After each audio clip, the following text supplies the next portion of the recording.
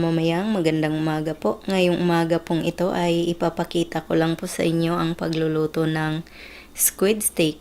Ito na po ang mga ingredients sa aking squid steak na lulutuin. Unang-una, 26 na peraso ng pusit, onions, calamansi juice, toyo, red bell peppers,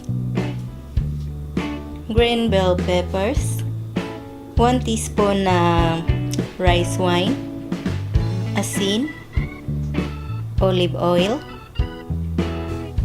or kahit anong cooking oil na meron po kayo ay pwede rin. Ground black pepper. So, ayan na po lahat. Umpisahan na po natin. Ang una ko pong gagawin ay ilalagay ko po itong toyo dito sa ating squid or pusit. Kasi imamarinate po natin. Then, pagkatapos po ay ilalagay na natin ang ating calamansi juice or kahit lemon juice. Pwede rin po kung wala po kayong calamansi juice. Tapos, isusunod ko na po ang rice wine.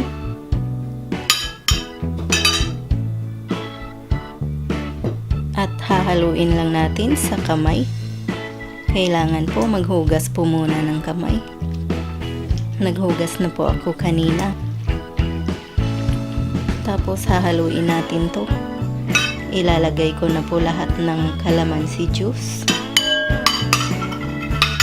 Tapos imamarinate po natin to ng mga 1 oras.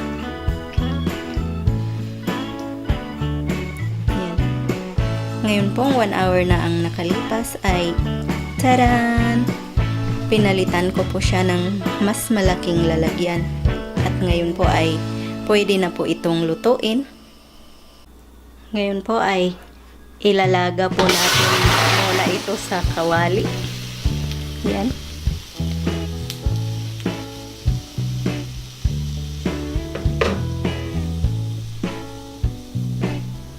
Lakasan ko lang po ng konti yung stove. At hihintayin ko lang po siyang kumulo para mas maluto ng konti yung ating pusit.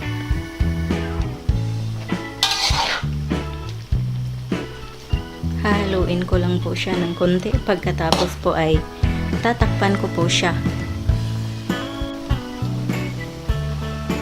Ito na po, tatakpan na po natin. Ngayon kung kumukulo na to ay patayin na natin yung ating stove. Kasi ayaw po natin na makunat ang ating squid.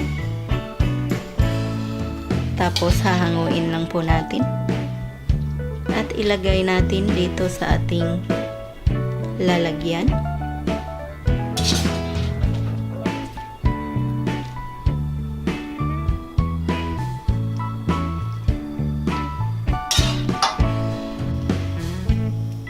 Ngayon pong nahango ko na po siya ay pwede na pong lutuin ulit. Ngayon po ay maglalagay po tayo ng olive oil sa ating kawali.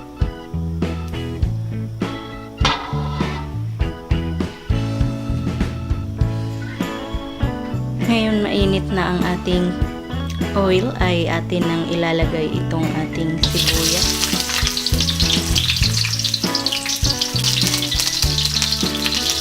Pagkatapos po ay isunod naman natin itong ating red bell peppers at green bell peppers.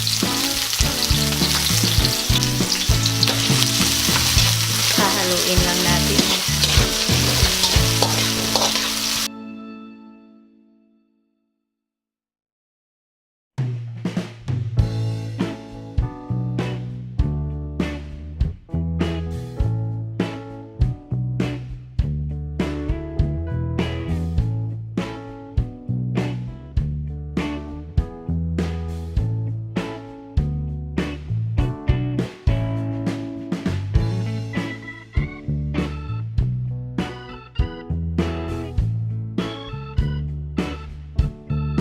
Ngayon po ay atin na pong isusunod itong ating pusit.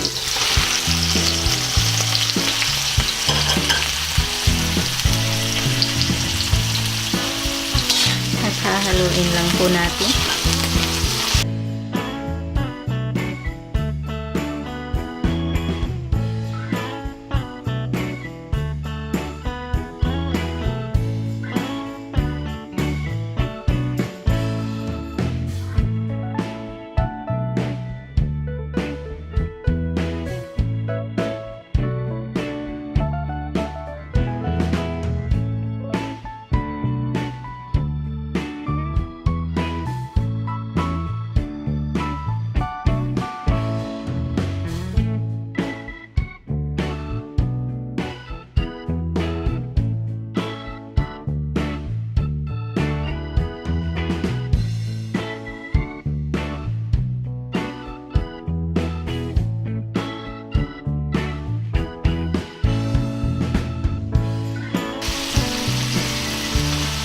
Ngayon po ay maglalagay po tayo ng brown black pepper.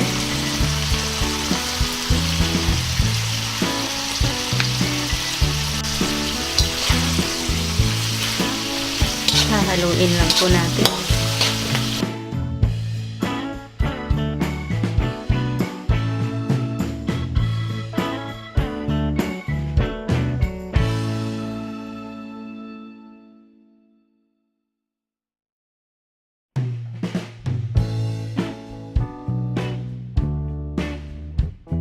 Ngayon po ay maglalagay lang po ako ng konting asin.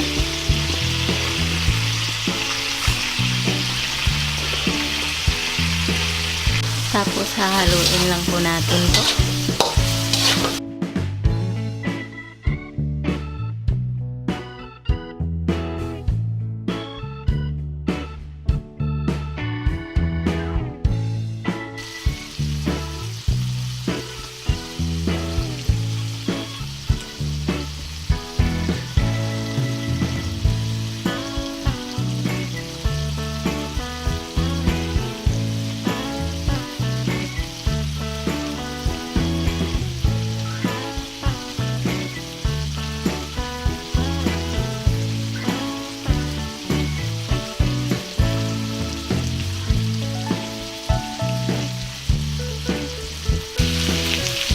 Ayan na po ang ating pusit, luto na at papatayin ko lang po yung stove.